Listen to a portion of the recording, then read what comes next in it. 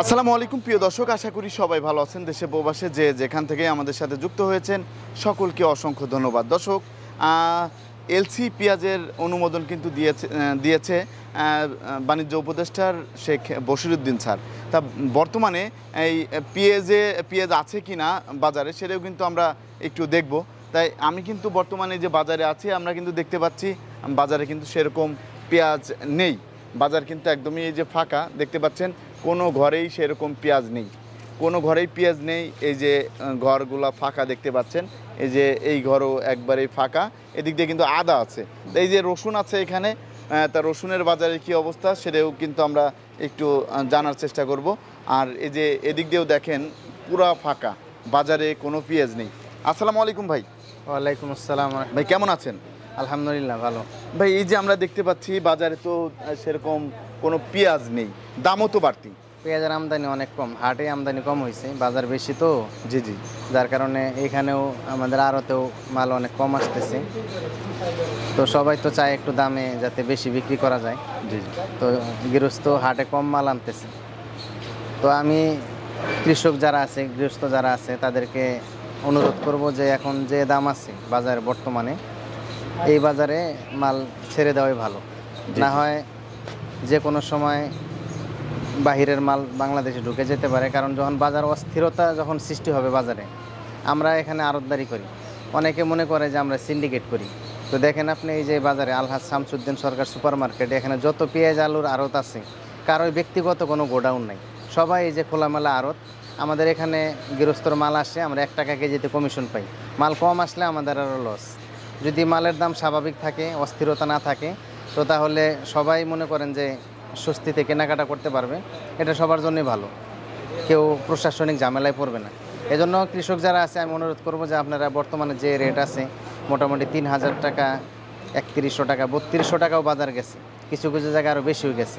এখন যে বর্তমানে বাজার আছে, কৃষক যদি এখন এই মুহূর্তে তাদের পেঁয়াজ যদি ছেড়ে দেয়, তাহলে আমার মনে হয় দেশের জন্য ভালো হইব এবং তাদের জন্য ভালো হইব। না হয় যে কোনো সময় আইপি খুলে যেতে পারে এবং বাইরের পেঁয়াজ ঢুকে যেতে পারে, ওই সময় হয়তো বাজার আরও কমে যেতে পারে। আজকে তো বাণিজ্য উপদেষ্টার শেখ বশিরউদ্দিন স্যার এলসি বিষয় নিয়ে কিছু কথা বলেছে, শুনছি যে এরকম নাকি অনুমোদন এই পুরা সপ্তাহ ধরেই কানাঘোষা চলতেছে। এখন আজকে মনে হয় একটা চূড়ান্ত সিদ্ধান্ত হয়ে গেছে এবং কি 2-3 দিনের মধ্যে ঢুকেও যেতে পারে এলসি। এখন এলসি যদি আসে সেক্ষেত্রে এখন বাণিজ্য, আমরা যতটুকু জানতে পেরেছি বাণিজ্য উপদেষ্টার তো বলেছে এদিকে এলসি যে কোনো সময় যে কোনো দেশ থেকে আনা যাবে, ভারতের না, শুধু ভারত না, যে কোনো জায়গা থেকে আনা যাবে, তাই তো?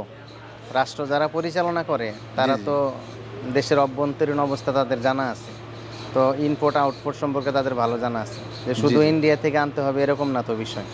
তো যেখান থেকে আনলে দেশের জন্য ভালো হবে, সাশ্রয় হবে, সেখান থেকেই আনার ব্যবস্থা তারা করবে। সেটা ইন্ডিয়া হতে পারে, পাকিস্তান হতে পারে, এরপর আফগানিস্তান হতে পারে, নেপাল হতে পারে, ভুটান হতে পারে, বা পাশের দেশ মায়ানমার হতে পারে। ব্যবসায়িকভাবে যে কোনো দেশ আমাদের দিতে পারে বা তাদের কাছ থেকে নিতে পারে, এটা ব্যবসায়ীদের সুবিধা অনুযায়ী তারা আনতে পারে। আপনাকে ধন্যবাদ। দর্শক, আপনাদের একটু দেখাই, এই দেখেন, এই যে এখানে কিন্তু বলেছে, দেখতে পাচ্ছেন বাণিজ্য উপদেষ্টার স্যার বলেছে। এবং এখানে বর্তমানে আলুর দামটা কেমন যাচ্ছে আজকে ভাই? আলু 65 কেজি আজকে বিক্রি করলাম। এটা বগুড়া 9 মাইলের আলু। জি জি, এটা 920-30। 920, 30, 65 কেজি। 65 আর এই যে এটা ওরকমই 20 টাকা, 920 টাকা, 920 টাকা এটার দাম। সর্বোচ্চ লাল আলু 950 টাকা বস্তা, 950 টাকা। আর এই যে এই রসুনটার দাম কেমন যাচ্ছে? এটা দেশি নাটোরের রসুন, এটা 80 টাকা, 82 টাকা, 80 থেকে 82 টাকা। আর এটাও 80 টাকা, 80 টাকা করে। আর এটা বাছাইটা, এটা 90-95, 90 থেকে 95 টাকা। জি। তা এই যে আমরা দেখতে পাচ্ছি চায়না রসুন, এটার দাম কেমন যাচ্ছে? চায়না রসুন এটা 20 কেজির প্যাকেট, এটা 2350 টাকা, 2350 টাকা। আর আমরা কিন্তু দেখতে পাচ্ছি যে ড্রাইভার ভাইরাও কিন্তু এই যে মাল নিয়ে যাচ্ছে, তা আমরা কিন্তু একটু দেখা দেই। দেখতে পাচ্ছেন তারা কিন্তু মাল নিয়ে চলে যাচ্ছে। ভাই কোথায় যাচ্ছেন? বাংলা বাজার। ধন্যবাদ আপনাকে। তা এই যে ভাই আমরা যে পেঁয়াজ দেখতে পাচ্ছি, এইখানে যে পেঁয়াজটা, এই পেঁয়াজটা কত করে যাচ্ছে আজকে? এটা পাবনার পেঁয়াজ, অল্প কটা পেঁয়াজ আজকে আসছিল পাবনার, মোস্তফা মার্কা। এটা আজকে বিক্রি করছি 78 টাকা, 78, 79, 80 এরকম। 78, 80 টাকা করে যাচ্ছে। জি। আর এই যে এটা একই। একই দাম। রাজবাড়ির পেঁয়াজের দাম কেমন গেল?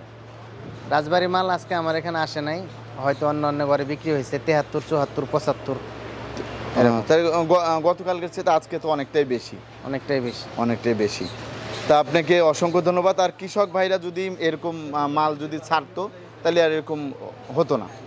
সবাই তো একটু মানে লাভে বিক্রি করতে চায়, কারণ এক সময় দেখা গেছে যে সবার তো একটা আশা থাকে যে ঘরে 20 মণ মাল আছে বা 50 মণ মাল আছে।